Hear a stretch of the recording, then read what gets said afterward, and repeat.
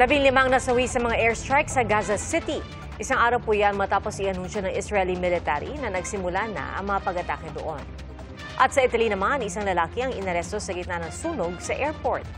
Yan at iba pang balitang abroad. Ating saksihan. Nagtakbuhan ang mga tao palayo sa nasusunog na bahagi ng check-in area sa Malpensa Airport sa Milan, Italy. Nakunan sa video ang paggamit ng fire extinguisher pero hindi agad naapula ang apoy. Sa di kalayuan, makikitang hinahampas ng isang lalaki ang pader na may mga screen gamit ang isang bagay na mukhang martilyo. Maya-maya pa, kinumpronta at hinampas siya ng fire extinguisher kaya siya bumagsak at dumapa sa sahig. Tumulong din ng iba pa para mapigilang makaalis ang lalaki. Kinumpirma ng Lombardy Airports Association na may isang naaresto pero hindi pa malinaw kung ano ang ugat ng gulo. Walang naiulat na nasugatan. Sa Amerika, nakuna ng video na may sira ang bahagi ng pakpak ng isang eroplano habang lumilipad pa ito.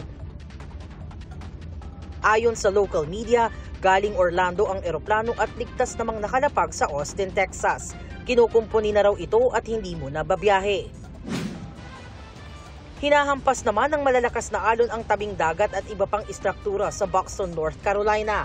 Umaabot na rin ang tubig dagat hanggang sa mga kalsada at inaanod pa ang mga buhangin. Isinailalim sa state of emergency ang North Carolina bilang paghahanda sa epekto ng Hurricane Erin. Nakataas din ang tropical storm at storm surge warning.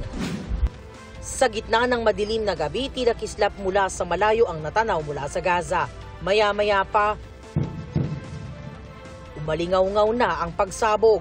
Isang araw matapos i-anunsyo ng Israeli military na nagsimula na ang anti-preliminary operations at ang unang stages ng pag-atake sa Gaza City. Pinaghahanda ang 60,000 reservists sa Israel. Kasama sa mga pinakahuling tinamaan ng Israeli airstrike ang kampo ng mga displaced na Palestino sa Deir al-Balah. Nawasak at halos walang natira sa mga tent ng balikan ng mga residente. Marami sa kanila ang nagpapalipat-lipat sa paghahanap ng kaligtasan mula sa nagpapatuloy na mga pag-atake. Di bababa sa 10 ang nasawi sa pinakahuling pag-atake sa Deir al-Balah. Ayon sa mga medik doon, may 5 pang nasawi sa Khan Yunis. Sa gitna niyan, nagprotesta sa Gaza City ang mga Palestino.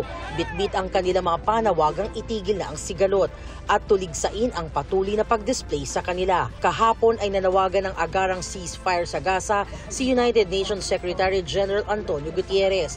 Para sa GMA Integrated News, ako si Jamie Santos, ang inyong saksi. Mga kapuso, maging una sa saksi. Mag-subscribe sa GMA Integrated News sa YouTube para sa iba't ibang balita.